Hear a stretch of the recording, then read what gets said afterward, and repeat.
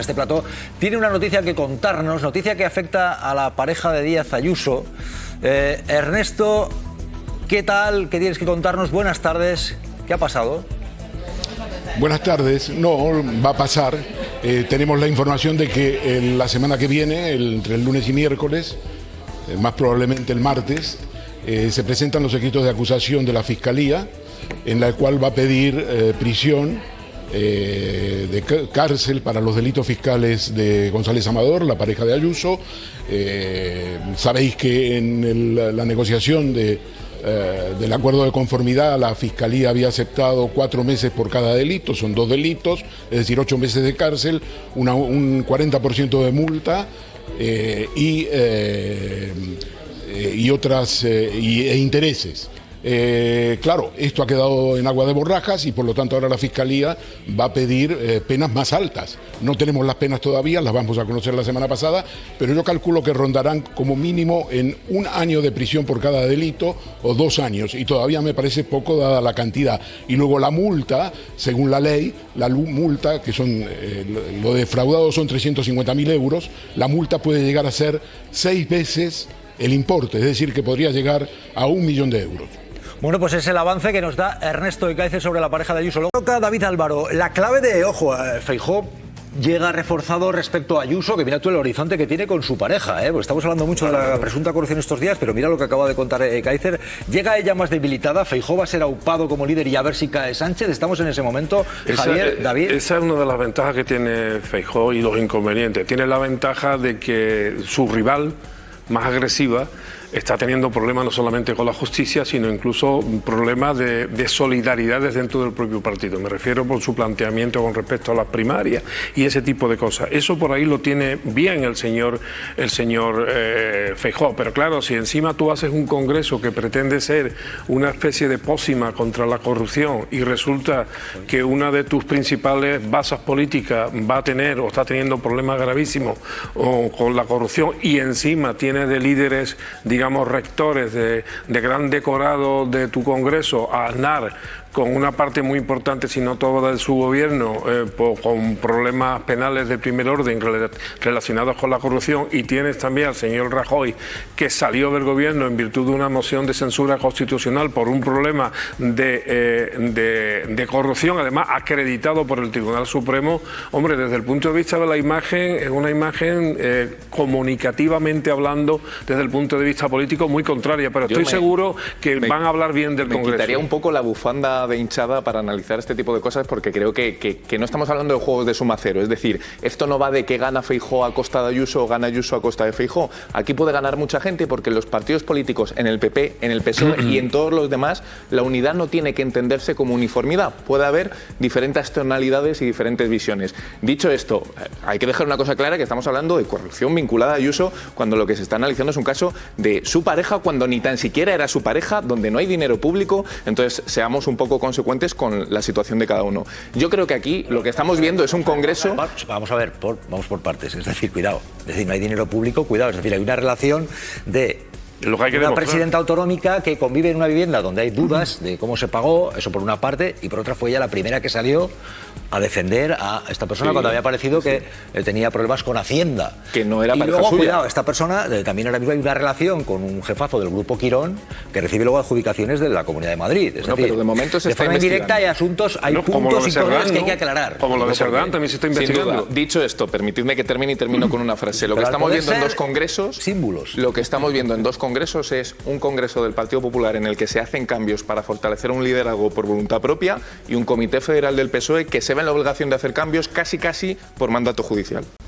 Bueno, vamos a ver, el Pagagambas y compañía. Estamos hablando, María Molero, de los representantes de las constructoras. María. Sí, Jesús, 3 nombres y 2 constructoras implicadas en esta trama que hoy han declarado ante el juez. José Ruz, propietario de la constructora levantina Ingeniería y Construcción. Las investigaciones le señalan como uno de los intermediarios implicados en el presunto cobro de comisiones ilegales a cambio de contratos públicos. Y un dato más sobre José Ruz. Le apodaron el Pagagambas de la Chalana, marisquería donde celebraban esas largas largas y carísimas comidas. También ha declarado hoy los dos hermanos Daniel y Antonio Fernández Martínez, de la constructora Obras Públicas y Regadíos. Se investiga que en connivencia con Koldo García y Ábalos influyeron para que su constructora obtuviera adjudicaciones públicas en Asturias y Galicia. Y atención, porque el próximo lunes 7 de julio declaran Agustín Merino y José Banchón, empresario vinculado con la empresa navarra Servinavar. Bueno, Ernesto Ekaizer tiene claves. Ernesto. Sí, quería comentaros que los empresarios, como acabáis de informar, negaron mordidas y mucho menos negaron que le hicieran mordidas a Cerdán, que hicieran pagos a Cerdán. Esto es muy importante porque hay que saber que en las comparecencias de hoy ni el juez Puente ni el fiscal Luzón preguntaron a los empresarios si conocían a Cerdán o si simplemente le habían pagado mordidas. Porque hay que tener en cuenta que en el auto de prisión lo que dice el juez Puente es que le manda a la cárcel precisamente porque él era el que recaudaba el dinero y lo distribuía entre Ábalos y Koldo. Entonces me llama la atención y me parece interesante destacar que ninguno, ni el juez ni Luzón, aprovecharon la oportunidad para preguntarle a los representantes de las dos empresas que fueron a declarar: oiga, ¿ustedes trataban con Cerdán? ¿Ustedes pagaron a Cerdán? ¿Cerdán les pidió mordidas? ¿Cerdán les pidió algo a cambio de las adjudicaciones? Lo único que se dijo hoy sobre Cerdán es que Koldo le había dado el teléfono al pagagambas, al señor Rus, para que hablara con Cerdán. Ni siquiera, por no preguntar, Jesús y compañeros de la mesa, se le preguntó si ese encuentro se había producido. Ni siquiera. Ya.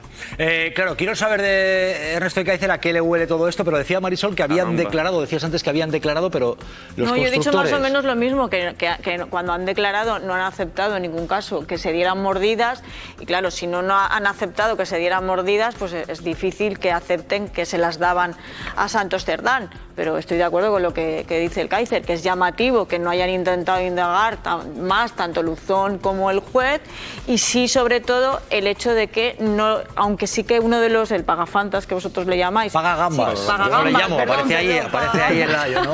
Que aparece ahí en la presunta sí, trama como el eso es, pagagambas. el de la chalana pues este sí que ha reconocido que intentó contactar con Santos Cerdán precisamente porque le atribuía ser la persona a la que había que llamar para que te adjudicaran contratos en el Ministerio de Transportes. Sí que lo ha reconocido, pero es cierto que no le han preguntado ni el juez ni el fiscal si finalmente ese encuentro se produjo. Ernesto. Yo creo que esto es significativo porque el auto del juez pone de relieve que la razón del envío a prisión no es ni la posibilidad de que el señor Cerdán se fugue, ni que reitere, porque ya no tiene puestos, en actividades delictivas, lo dice claramente. Lo que dice es que en la medida que él cobraba las mordidas de gente como Rus, de gente como los hermanos Menéndez, de gente como Anchón, él tiene capacidad para destruir esas pruebas. Y resulta que en el primer encuentro con esos empresarios, el fiscal y el juez no le preguntan por Santos Cerdán. Es como si no existiera Santos Cerdán. Yo, por ejemplo, sé que en el interrogatorio el señor Luzón se molestó mucho con uno de ellos, creo que fue el señor Rus, y le dijo: no me tomes el pelo. Bien, pero hombre, entre no me tomes el pelo y decir: oiga, ¿qué contactos tuvo usted con Cerdán? ¿Cuántas veces se reunió con Cerdán? ¿Le dio usted dinero a Cerdán de manera directa, indirecta? ¿Le hizo alguna transferencia? Esto me llama mucho la atención. Me suena a montaje, a montaje. ¿A montaje qué? ¿De montaje de qué tipo, Ernesto? De que realmente están inventando en torno a Cerdán una serie de pruebas inexistentes. Y Fernando por eso, Garea, porque no tienen las pruebas, porque no tienen las pruebas, le han enviado a prisión. No porque las tienen, que es el argumento. Le han enviado a prisión para ver si tira la manta, para ver si se ablanda. Eso no existe en nuestro sistema democrático. Eso es una tortura. Lo que dice Ernesto es muy fuerte. Sí, él sabrá por qué lo dice. ¿Y tú qué opinas? No tengo ni idea, yo no conozco con Pero fíjate, detalle, hay no una conozco cosa- con detalle cuál es la estrategia de la Fiscalía. No sé si, por ejemplo, está esperando precisamente a que avance la investigación respecto al dinero para preguntar a los empresarios si se produjo esos pagos o no. No tengo elementos como para decirlo y muchísimo menos para decir que es un montaje. Marisol. No, yo sobre todo lo que creo que a Santos Cerdán lo ha metido... Pero ojo lo que está diciendo Ernesto. Sí, ¿No? ¿Tú qué opinas? Bueno, yo desde luego creo que hay un informe de la UCO bastante contundente y creo que hay una investigación en marcha y hay que esperar. Y creo que Santos Cerdán ha acabado en la cárcel, sobre todo no por lo de la simplificación o resumen, ¿no? De que es verdad que lo que dice el juez de destrucción de pruebas, sino para que no mantenga contactos con los empresarios, con Koldo, con Ábalos y no puedan armar entre todos un argumento de defensa. Yo creo que esa es una de las razones de más peso por la que está en prisión. Como dice Ernesto, no se le puede meter en la cárcel a alguien para ablandarlo. Pero sí que es cierto que eso al final pues puede ser una consecuencia colateral. Pero yo creo que está en la cárcel sobre todo para no poder tener contacto con el resto de implicados. Ernesto. Bueno, yo... Porque tú estás sosteniendo que puede haber hasta un montaje. Yo creo que esto es fuerte a día de hoy, Sí, por lo yo que creo vamos es un conociendo. montaje, Pero bueno. lo digo claramente, Cerdán no debería estar en la cárcel. Las pruebas que tiene, según el escrito que ha presentado, el magnífico recurso que os expliqué, el magnífico recurso de Benet Salellas, primero tiene errores fácticos, donde el juez no solo que se atiene a lo que dice la UCO, en este caso, sino que va más allá de lo que dice la UCO y plantea casos de investigaciones que no están en el atestado de la UCO, en el informe de la UCO del 5 de junio. Hay errores muy serios, pero sobre todo, a pesar de esos errores, tiene un sesgo antirreo, y plantea 5 casos de sesgo antirreo sobre la base de errores cometidos. Y esto quiere decir que Cerdán tenía que ir a la cárcel, que Koldo y Ábalos no tenían que ir a la cárcel, que Cerdán tenía que ir a la cárcel y era una estrategia. Estoy, y lo manifiesto para que sepáis mi posición, estoy en contra de la prisión incondicional con esos argumentos de Santos Cerdán. Que sea inocente o no, no lo sé. Con esos argumentos creo que no debería haber ido a prisión. David. Coincido en que soy contrario a la preventiva en este tipo de casos, pero hay otra cosa que también es verídica y es objetiva, y es el hecho de que al señor Ábalos se le retiró el pasaporte. No fue casualidad, el peligro que había era de destrucción de pruebas. ¿Y qué vimos inmediatamente después? Como el día que la UCO fue a su domicilio, escondió un pendrive en los pantalones de su acompañante. Por lo tanto, tiene bastante sentido las acciones que está llevando a cabo, de riesgo de destrucción de pruebas, de fuga. Tiene sentido, y dejemos a la justicia, y por favor que la gente que nos está viendo sepa que hay una justicia independiente y que las cosas que se investigan por algo. Eso ya es Javier Aroca. eso último, vale. Bueno, es que escuchando lo que hemos oído hay que decirlo, vale, que es porque se han agradable. dicho cosas muy gruesas en Sí, esta mesa. No, que eso que tú último que has dicho es agradable oírlo para un demócrata, pero de camino se lo puede decir a Peinado. Díselo. Oye, se lo digo a todo el mundo. No, pero díselo a Peinado, a ver qué le Pero aquí parece. se están haciendo acusaciones muy graves. Vamos a volver al tema que planteaba Ernesto, que creo que lo planteaba, en mi opinión, con bastante justeza. Sobre todo en su crítica a la prisión provisional, antes llamadas preventivas. Y, por cierto, esta prisión provisional es más preventiva que ninguna, porque no sé de lo que pretende prevenirnos. Una de las acusaciones o de las investigaciones va en torno al cohecho. El cohecho, como hemos dicho varias veces y también en esta mesa, es un delito de doble llave. Es decir, hay un corruptor y hay un corrupto. En la parte del corrupto está el señor Cerdán. ¿Dónde están los corruptores? Porque si los corruptores dicen que no han corrompido al corrupto, es decir, que no han pagado coimas, y encima ni el fiscal ni el juez pueden decirnos dónde está el dinero, entonces ¿dónde está el caso? ¿Dónde está el caso? Yo no me atrevo a decir, porque no tengo tantos datos como Ekaizer para decir que se trata de un montaje, pero sí manifiesto mi extraordinaria extrañeza por el devenir de esta instrucción. Aznar y para Rajoy, en un contexto en el que se está hablando y mucho por parte del PP de condenar la corrupción en el Partido Socialista. Aznar y Rajoy son los arquetipos para esto. Ellos protagonistas esta misma tarde. El que pueda hacer, que haga. La campaña lleva unos cuantos años en marcha y hoy les toca hablar a ellos. Cuando ustedes digan, entro. Los expresidentes del gobierno del PP son el plato fuerte del inicio del Congreso del partido, con el foco puesto en los casos de corrupción que afectan presuntamente a dirigentes socialistas. Faltan 2 años para las elecciones. Y lo que estamos viendo ahora Me temo que sea poco para lo que vamos a tener que ver. Aznar tiene claro que queda legislatura por delante y que España está poco menos que sumida en el caos. Terminal, desguazamiento, descuartizando. Ese suicidio Tampoco es nuevo, lleva años alertando de que España se rompe. España corre riesgos serios de desintegración, de balcanización. Dirigentes que dijeron esto sobre la Gürtel. Esto es una trama contra el Partido Popular. Dirigentes que tuvieron en su gobierno a condenados como Eduardo Zaplana, Jaume Matas o Rodrigo Rato. A mis compañeros de Soto del Real y especialmente a los del módulo 10. Y también imputados, que por ahora es lo que tienen los socialistas, que terminaron absueltos como Francisco Álvarez Cascos o Ángela Cebes. La principal línea de investigación. En su momento vimos nombres llamativos en documentos que también publicaba la prensa, ese M. Rajoy. Luis ha sido fuerte de verdad. Que negó rotundamente el entonces presidente del gobierno. Todo lo que se refiere a mí y que figura allí y a los compañeros del partido mío que figuran allí no es cierto. Salvo alguna cosa. Hoy Rajoy se sube al escenario del PP junto a Aznar en su lucha contra la corrupción. Si me quiere hacer un poquito de caso. Fernando Garea, echando a andar Rajoy y Aznar en un congreso que tiene un calado evidentemente de decir Sánchez tiene que caer, que llegue Feijóo por la corrupción. Pero objetivamente Feijóo ha conseguido el sueño de cualquier líder político, que es llegar a un congreso de su partido para que sea aburrido. Porque no hay debate de las ideas, porque se han dedicado a quitarle, digamos, importancia a la ponencia y quitarle asperezas. No hay tampoco debate entre, por ejemplo, como habéis dicho, Ayuso y Feijóo, y por tanto lo único que habrá serán unos discursos y unos aplausos.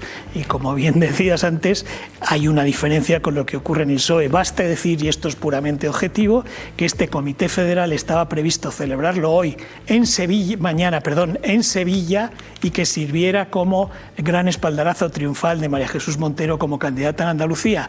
Y el mismo día que aparece el informe de Santos Cerdán es cuando a toda prisa deciden que en vez de en Sevilla se hace en Madrid y que a Montero se la nomina candidata hace unos días, casi no diría clandestinamente, pero al menos con menos alaraca. Es un sueño, yo creo que es un sueño para el PP desde luego haber llegado a este congreso tan sumamente tranquilo, pero yo la presencia de Rajoy y de Aznar la entiendo absolutamente, o sea, ellos no han tenido nada que ver en temas de corrupción. ¿Perdón? No está aprobado judicialmente. Hay muchos.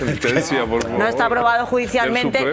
Los dirigentes del PP que han pasado por la cárcel, pues ya han estado en la cárcel. Sí, claro. El PP, este tema, yo creo que ya lo tiene amortizado electoralmente. Marisol, ¿no te parece muy atrevida decir que Aznar y Rajoy no han tenido nada que ver con casos de corrupción? Bueno, han tenido que ver con casos de corrupción, pero no pero penalmente no han tenido ninguna responsabilidad. ¿No? No han tenido. ¿Han ido a la cárcel alguno? ¿Han estado investigados judicialmente pero además, alguno? Te digo esa cosa. Rajoy pero además hay que verlo desde el punto de vista interno del PP. Rajoy es tan inocente en un país donde todos somos tan inocentes, como que todavía con lo potente que son nuestros servicios de investigación, con lo profesionales que son nuestros investigadores judiciales, con lo listas que son nuestras policías judiciales y los jueces, ya ni te cuento, todavía no hemos averiguado quién es M. Rajoy. Eso no es verdad.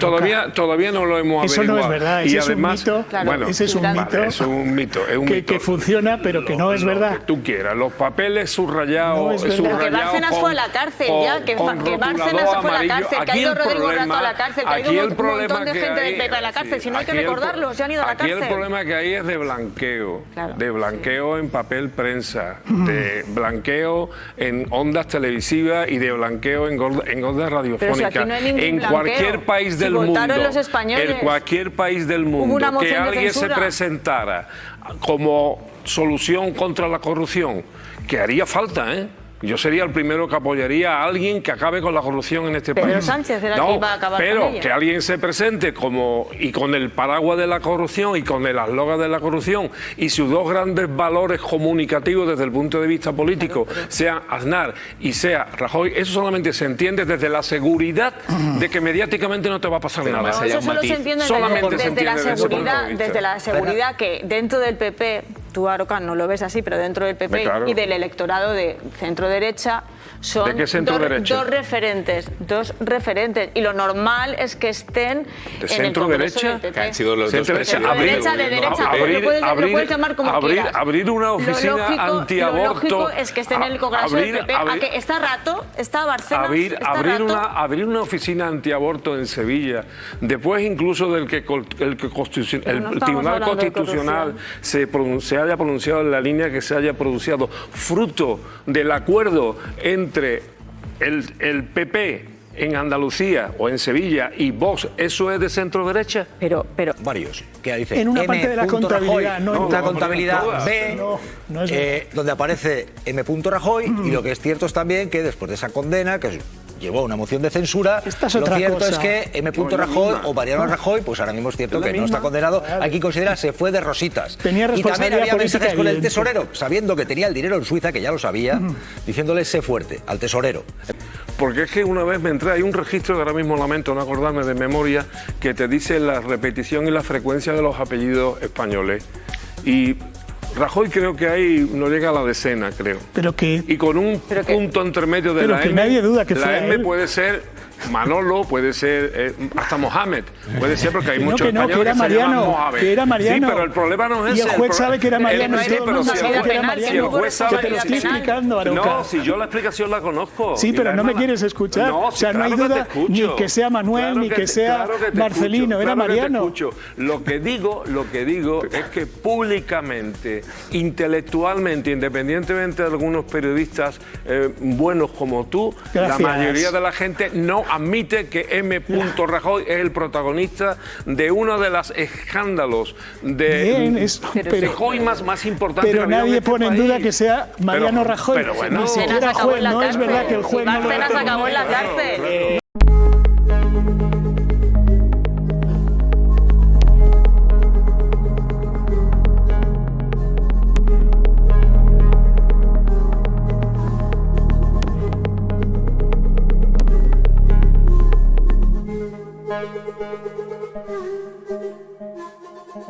Thank you.